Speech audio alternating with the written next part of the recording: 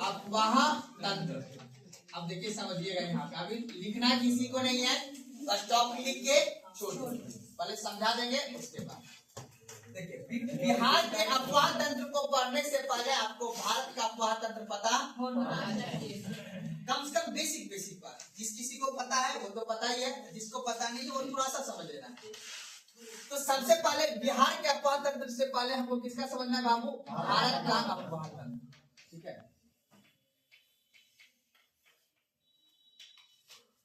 अगर भारत की अफवाह तंत्र की बात करेंगे तो याद रखिएगा, हमारा भारत का अफवाह तंत्र में 2 प्रकार के अफवाह तंत्र होते हैं, यानी 2 प्रकार के नदी तंत्र हैं। क्योंकि भारत के उत्तर में आप लोगों को जैसा कि पता है कि भारत के उत्तर क्षेत्र में क्या है बाबू? हिमालय स्थित है, पता है ना सबको। तो अब दूसरी बात आपको ये भी जान लेना है थोड़ा सा कि भारत के दोनों तट के और क्या है बाबू? सागर है। तो भारत के पश्चिमी तट पे अरब सागर स्थित है और पूर्वी तट पर क्या है बाबू? बंगाल। तो जो भी नदियां निकलेगी, चाहे वो नदी पर्वत से निकले, चाहे वो नदी पठार से निकले, चाहे वो नदी हिमालय से निकले, सब नदी या तो अरब सागर में आके गिरेगी या तो फिर बंगाल की खाड़ी में आके गिरेगी। तो क्यों नहीं हम ये पहले जान ले कि अरब सागर कहाँ है और बंगाल की खाड़ी कहाँ है। आपको पता है कि बंगाल की खाड़ी कहाँ पे है बाबू? कहाँ पे है? और अरब सागर कहाँ पे है बाबू? पश्चिमी तट पे। यहाँ तक में कोई दिक्कत है ना? तो अब नदी या तो पूरब की तरफ बहेगी या तो नदी सिंपल सी बात।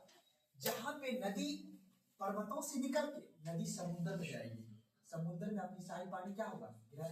अंत में हम लोग को भी कहाँ जाना है? समुद्र में ही ना जाना है, जाना है। तो इसलिए आपको याद रख लेना है कि नदी जो है 2 तंत्र से होती है। एक आपकी गिरेगी कहाँ पे? अरब सागर में, और एक कहाँ गिरेगा बाबू? बंगाल की। अब देखिए समझिएगा, तो हमें बिहार का नदी अध्ययन करना है तो उसमें आपको समझ लेना है कि अरब सागर से जो निकलेगी नदियां उसमें 2 प्रकार की हैं। एक होगा हिमालय से निकलने वाली, कहां से होगा? हिमालय से निकलने वाली। और एक कहां से होगा? प्रायद्वीपीय पठार से, अर्थात प्रायद्वीपीय पठारी क्षेत्र से। उसी तरह बंगाल की खाड़ी में भी जो नदी गिरेगी ना, वो भी कहां से निकलेगी? 2 जगह। या तो कहां से निकलेगा बाबू? हिमालय से निकलेगा, या तो फिर कहां से निकलेगा बाबू? पठारी क्षेत्र से निकलेगा।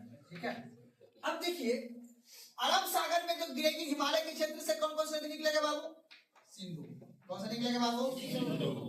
नाम सुने हो ना सिंधु का? अब सिंधु की सहायक नदी होगा झेलम, चेनाब, रावी, ब्यास और ये सभी नदी निकलती हिमालय से है और गिरती कहाँ है? अरब सागर पश्चिम में है कि पूरब में है? पश्चिम में। पश्चिम में। ये सभी नदी किस दिशा में बहेगी बाबू? ठीक है ना। अब देखिए समझिएगा, अब प्रायद्वीपीय पठार से जो नदी निकलेगी जो सब अरब सागर में गिरेगी, बस याद रखना है समानता का अधिकार। क्या नाम रखना है? समानता। समानता का मतलब क्या होगा? 100 से साबरमती। क्या होगा?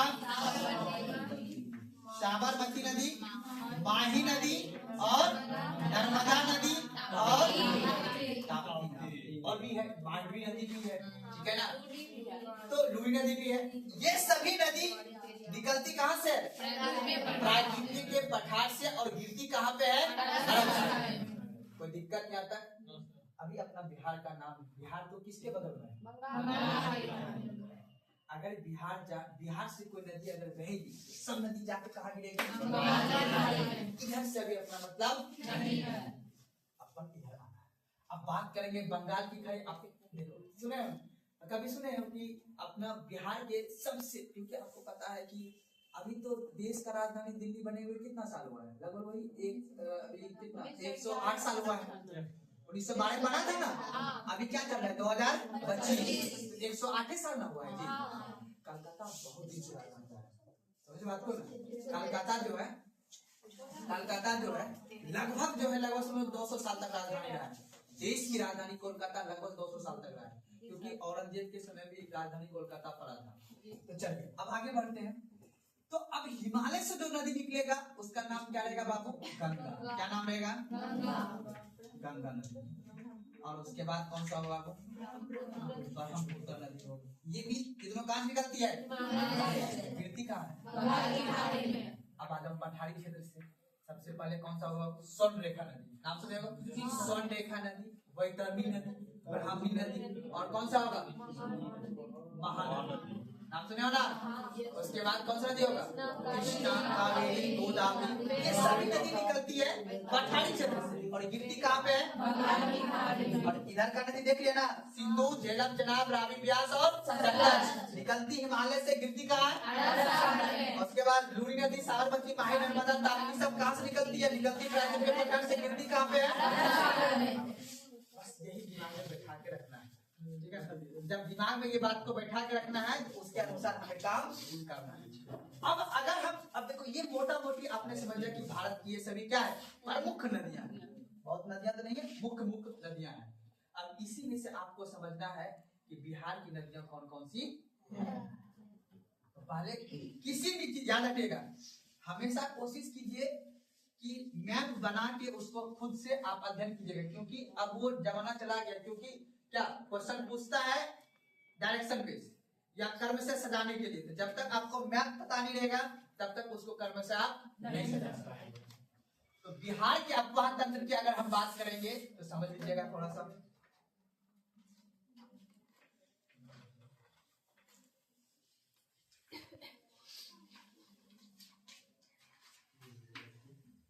देखिए बिहार के दक्षिण में बाबू कौन सा राज्य है?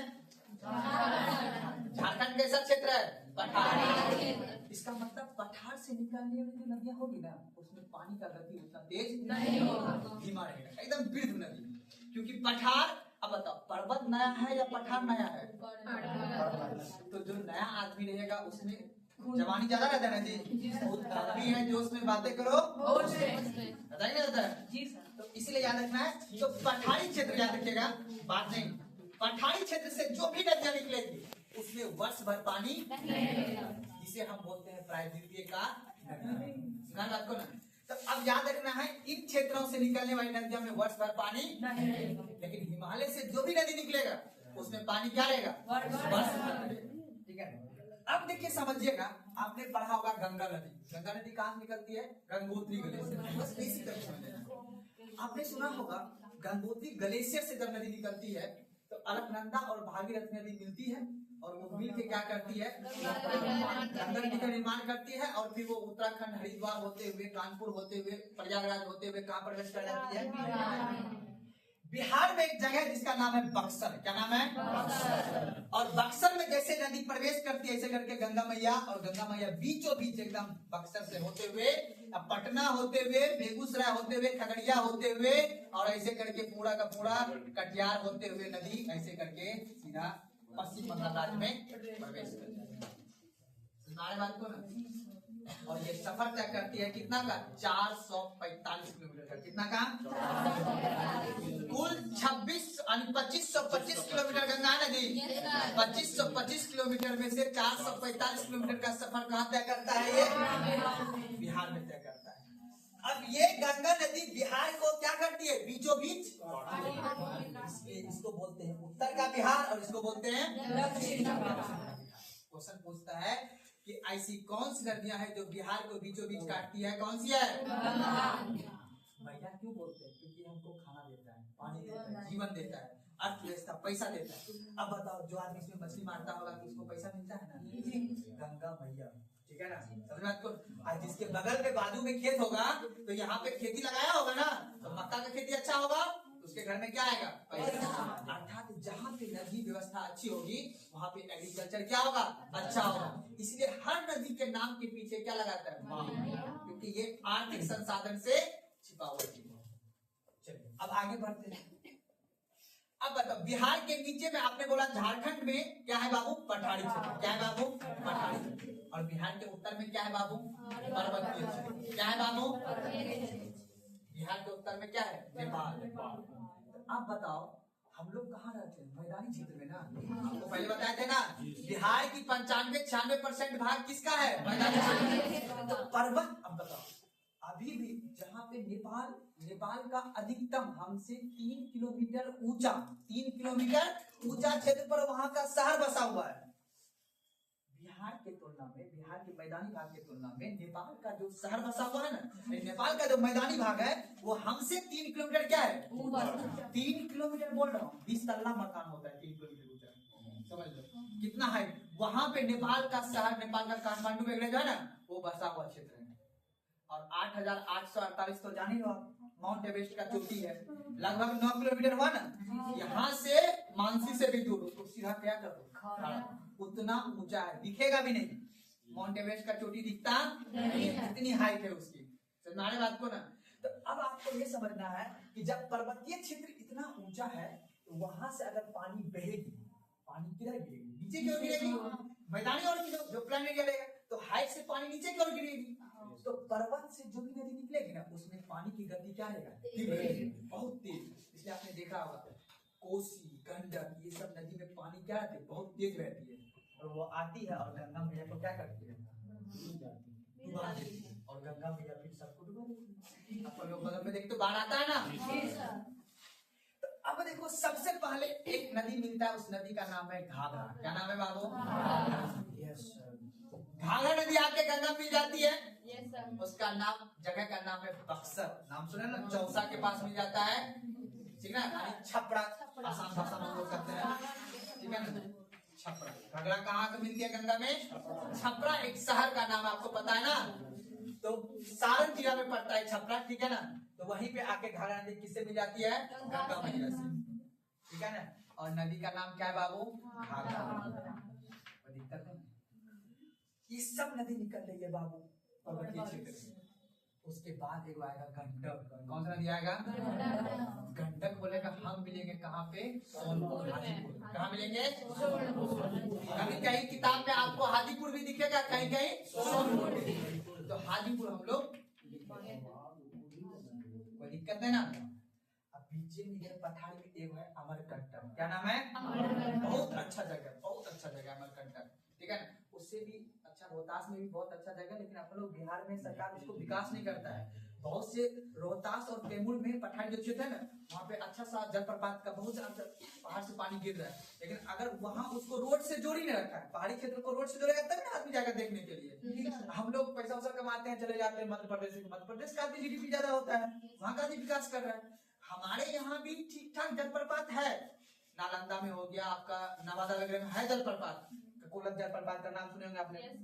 बहुत अच्छा जलप्रपात है, लेकिन उसको विकास नहीं कर रहा ठीक ढंग से, तो करेगा उस हिसाब से होगा।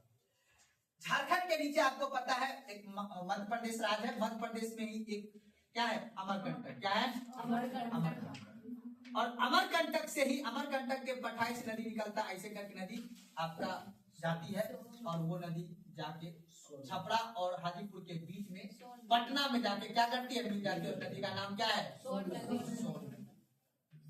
इसका नाम है गंडक नदी। कोई दिक्कत है ना। अब देखिए ये सभी क्या है, सहायक नदी। अब देखिए घाघरा नदी कहाँ के मिली? छपरा में।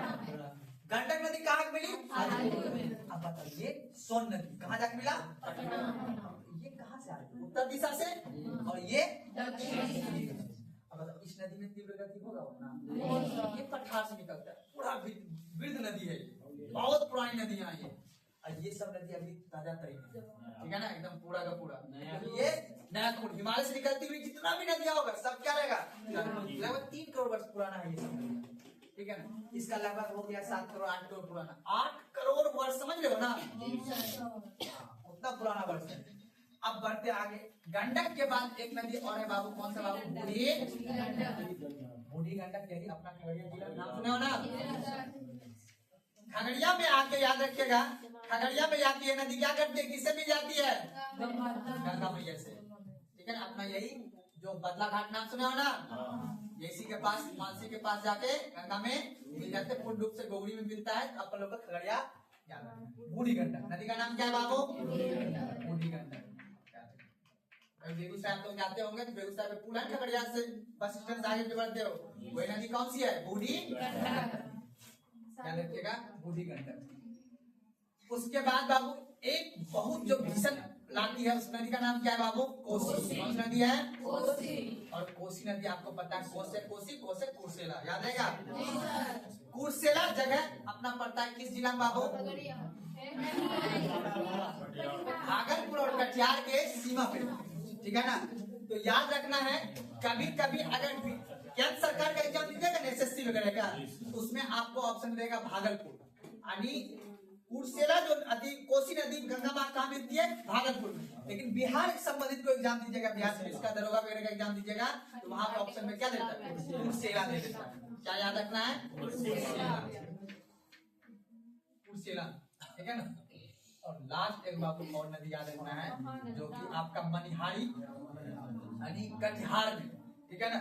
याद रखिएगा, मनिहारी कटिहार के पास है। उस नदी का नाम क्या है बाबू? महानंदा। इसी नदी, अब इसी नदी को क्रॉस करके आती है महानंदा ट्रेन, जो दिल्ली जाती है, इसलिए इसका नाम क्या पड़ गया? महानंदा ट्रेन। इसी नदी को क्रॉस करती है महानंदा, ठीक है ना? कोई दिक्कत यहाँ तक समझने में किसी को है ना बाबू? अब याद रख लेना है बाबू, ये सभी घाघरा, गंडक, बूढ़ी गंडक, कोसी, महानंदा नदी, ये सभी क्या है? उत्तर से आने वाली नदियां हैं। कोई दिक्कत है ना? अब आजा बाबू सोन। सोन से पहले एक छोटी सी नदी है जिसका नाम है कर्मनासा। नाम सुने हो ना? नहाने के बाद सारा किया हुआ कर्म क्या हो जाएगा? कर्मनासा से नहा के जब नहाओगे, कौन सा? अयोध्या किस नदी पे बसा हुआ है? सरयू। सरयू नदी, जिसमें सर काट के रख दिया गया था, ऐसा मिथ है, हकीकत नहीं है, ठीक है ना? तो इस वजह से याद रखिएगा, सरयू नदी क्या है? वो अयोध्या का यूपी तो नहीं पढ़ना है, बस ये समझ लेना है। एक नदी कौन सा बाबू? कर्मनासा नदी, ठीक है, याद रख लेना है। इसलिए क्योंकि ये क्वेश्चन पूछता है बिहार की सबसे प्रदूषित नदी कौन सा है? कर्मनासा, ठीक है? क्योंकि इधर का क्षेत्र ज्यादा डेवलप है, तो इधर नाला शहर बन जाएगा, तो नदी किसमें जुड़ जाएगा? नाला किसमें जुड़ जाएगा? नदी से जुड़ जाएगा। तो पटना का जो गंगा का क्षेत्र है वो ज्यादा दूषित है बगैर खगड़िया का, क्योंकि खगड़िया का आदमी का नाला अपन लोग नदी से जुड़े हुए हैं, नहीं जुड़े हुए, इसलिए याद रखना है। तो सोन नदी हो गया बाबू, कर्मनासा हो गया, सोन हो गया, और उसके बाद कौन सा नदी आएगा बाबू? फल्गु। कौन सा आएगा? फल्गु पहले आएगा। उसके बाद कौन सा आएगा बाबू? पुनपुन। पुनपुन का नाम सुने हो ना? पुनपुन के बाद कौन सा आएगा? क्यूल। और क्यूल के बाद कौन सा आएगा? अजय। बस इतना से याद रखना। कोई दिक्कत? अब देखो, मुख्य रूप से क्या याद रखना आपको? बस नदी का नाम। उत्तर से कौन कौन सी नदी गंगा माँ के मिलती है, और दक्षिण से कौन कौन आके मिलती है? उत्तर में देखो घाघरा, गंडक, बूढ़ी गंडक, कोसी, महानंदा, ठीक है? और उसके बाद कौन सा है? कर्मनासा हो गया, सोन हो गया, और फल्गु हो गया, पुनपुन हो गया, क्यूल हो गया, और अजय। ये सभी नदी जो है बाबू आपका बिहार की प्रमुख नदियां, यहाँ से क्वेश्चन पूछे। चलिए अब इसको उतार दीजिए पहले आप, इसके बाद